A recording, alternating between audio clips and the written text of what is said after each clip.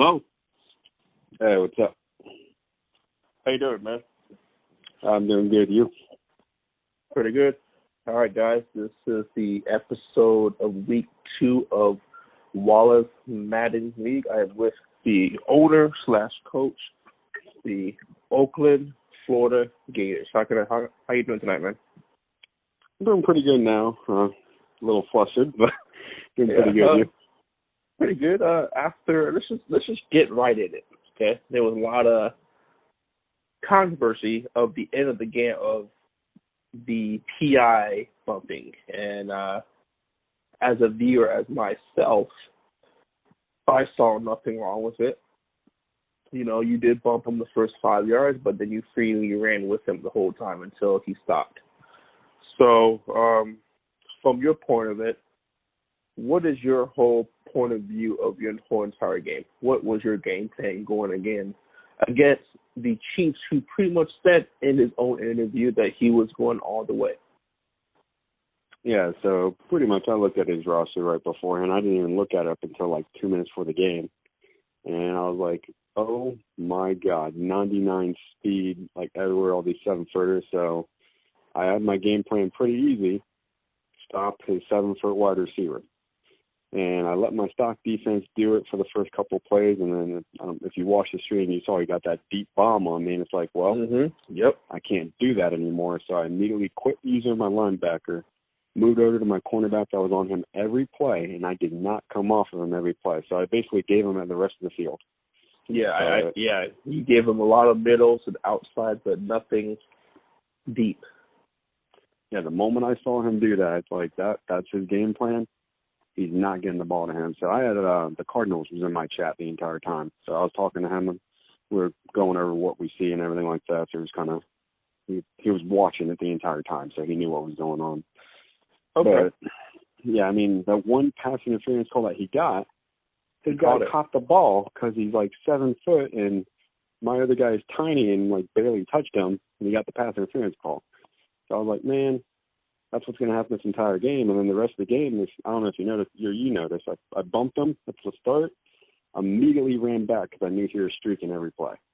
Mm-hmm. So, I mean, the entire game I was 5 or 6 yards off of him after the start of the play.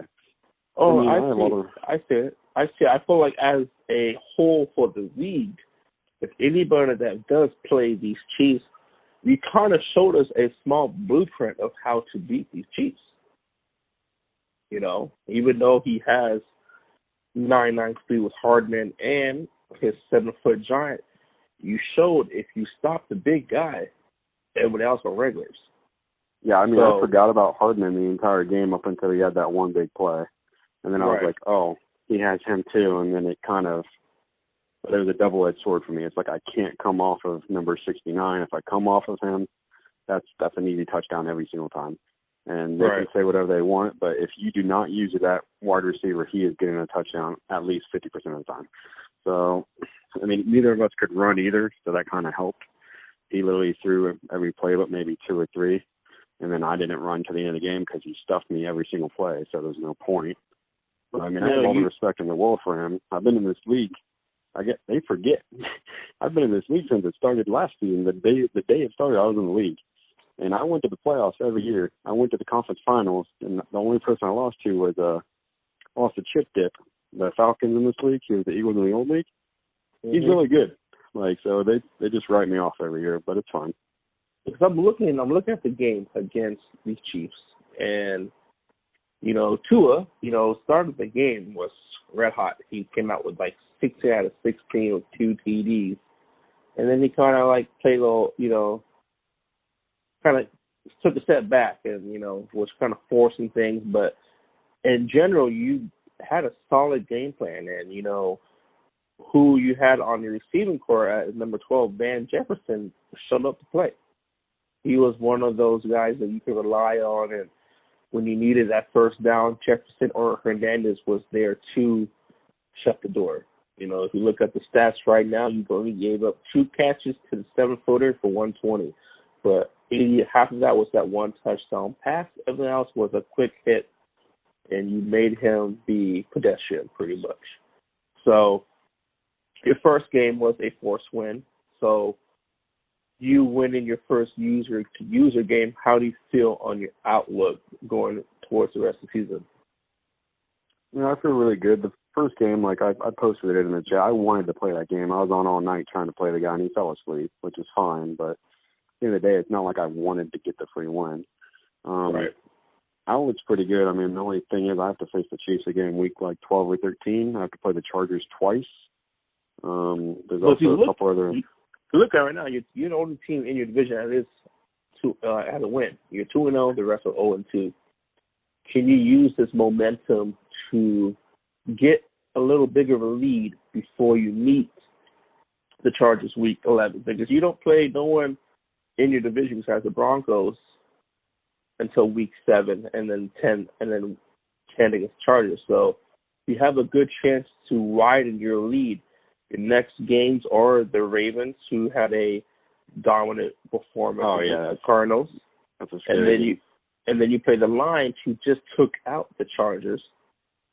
And then you play week 5 against the Colts, who blew out the Titans 61-0 and beat the Chargers first week. So what is your scheme on your next 3 games? What you got to do to make yourself in that winning column than the losing section?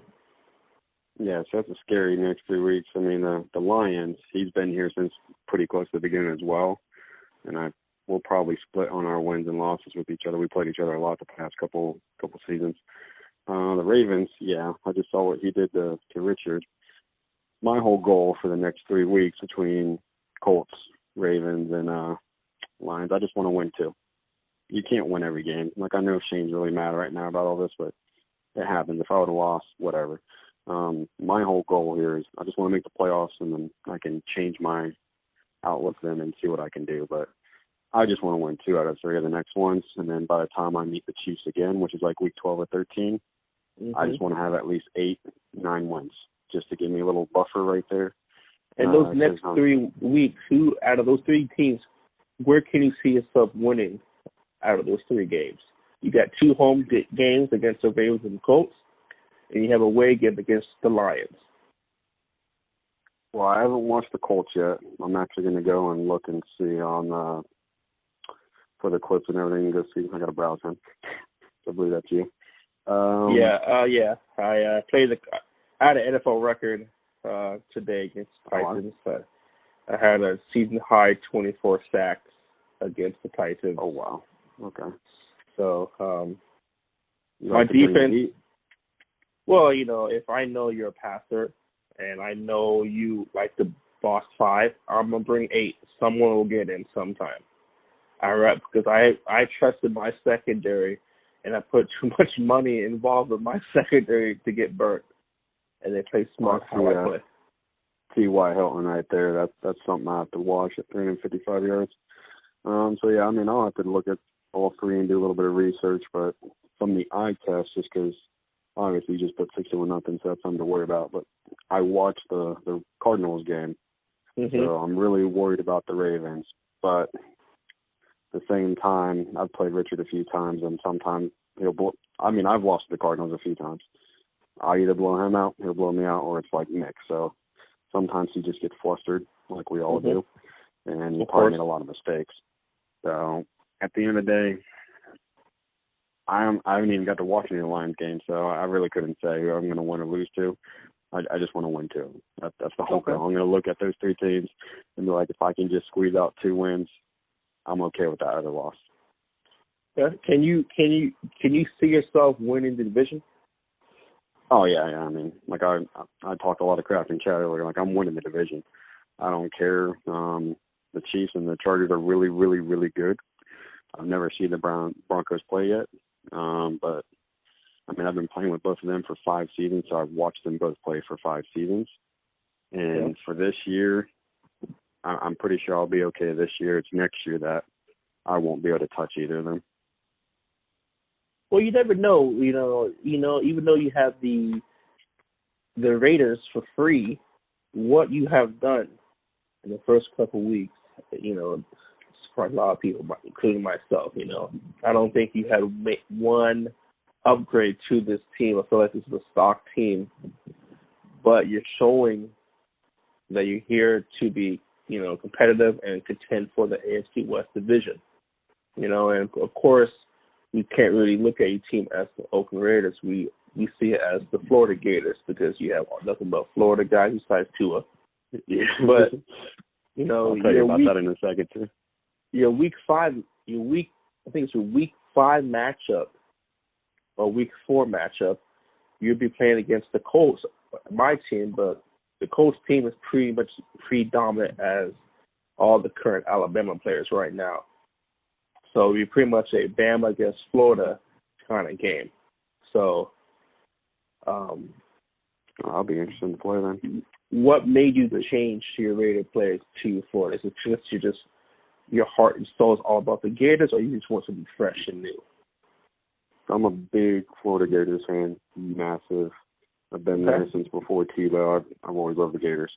The reason I did it is because I don't like changing names. I like playing with stock teams, but the moment I started seeing like half the league switching their player names, and I saw little Shane Ellis at the Rams change his to Tua, I'm like, all right, I can do this too. So I came home that night, went onto the Florida depth chart, and changed everybody that mattered. And then I was like, you know what? Felipe Franks isn't really doing that great. I'm going to go ahead and throw white Tua in here. So I made my guy Tua. Tried to do left-handed. I couldn't do it. Had to switch him back to right. But other than that, he's number 13, Alabama, and he held his own. But it also makes it more fun. So I do have a completely stock team, and it's going to stay that way the entire year. Every upgrade I get is going to be me earning tiers. I've been doing this for 5 seasons with Shane now, so I'm all about just taking what I can get and just using those to upgrade my team. So I'm sure I'll be fine. I won't have a top 5 team at the end of the year, but I'll probably have like a top 10 to 15. Okay. And honestly, when it comes to playoffs, it's all about user. And I mean, Chip Dip, the Falcons, he's my favorite to win. So I've played him 5 or 6 times, and very, very close every time. He won the Super Bowl in the old league with an almost stock Eagles team against powerhouse Chiefs, Chargers. Everybody else was fully stacked, and he beat everybody and won. So we do it's all about user. That means that I'm assuming I can throw it in the air that next week game of the week could be the Atlanta Falcons against the Indianapolis Colts. I could possibly play him next. Exactly. It's my number 1 defense against the Falcons, and Julio and Ryan and Ridley and Freeman. I don't know if he has stacked his team up or not, but he is 2-0. This is my very first home game of the season. I went back-to-back road games to start my season. So we play the Falcons, and then we play you guys, then we play the Gators. So it's going to be an interesting year. Your game against the Chiefs today, it was the first half was beautiful ball. I can't lie. You played really smart. The catches that Jefferson did with the fade to the left side, and he did the tippy toes to catch that ball. He did some throws that was shaky, but you fit in that window. So, kudos to your team and your game plan and your scheme on beating the powerhouse Chiefs. You are 2-0, and if there's anything else you want to say towards your next opponent or towards the league, you can say whatever you want to say. It looks like I actually just checked my schedule. I'm playing the Vikings next. So I actually need to go take a look at him, but I play you week 4. I'll have to watch it. I'm sure you or Falcons are going to stream. I'm telling you, he is probably one of the best users I've seen in this entire league. And most of these guys are the same guys. There's a couple of you guys that are newer that I still have to get to know and actually watch you guys play. But I really want to see that game now because, you're undefeated. You just won 61-0. So watching you play the Falcons, I'll be watching that stream. There ain't no way I'm going to miss that. Yeah, all I've been hearing is nothing but good reviews from the Falcons. And, he is the best. He is the top guy, in my opinion, from what I've been hearing. And the only way to get better in any league or in Madden in general is you have to play the best. So, and the more important thing about him is he's a stand-up guy. He doesn't really talk shit. He'll say some stuff in chat just to get you going, but at the end of the day, he's just trying to play and he's trying to have a good time. So he's a really good guy. And yeah, the moment you guys post that, I'll be watching that one. Okay. All right. Before we head out, any last-minute things to say towards your last quarter against the Chiefs or the Vikings? Any quick trash talk for your next week game? Anything you want to say before we close out? Yeah, just a shame. Just not to take it to heart. I mean, I have all the respect in the world for him. He does a really good job here.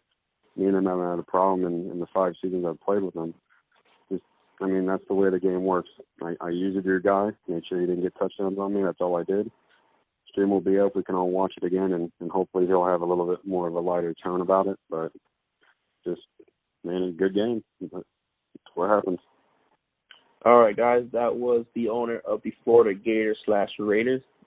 Had a quick interview with his 48-28 win over the Chiefs. This is I Penetrate with Wallace Madden League. And out, guys. Have a good night, man. You too. Bye. Bye.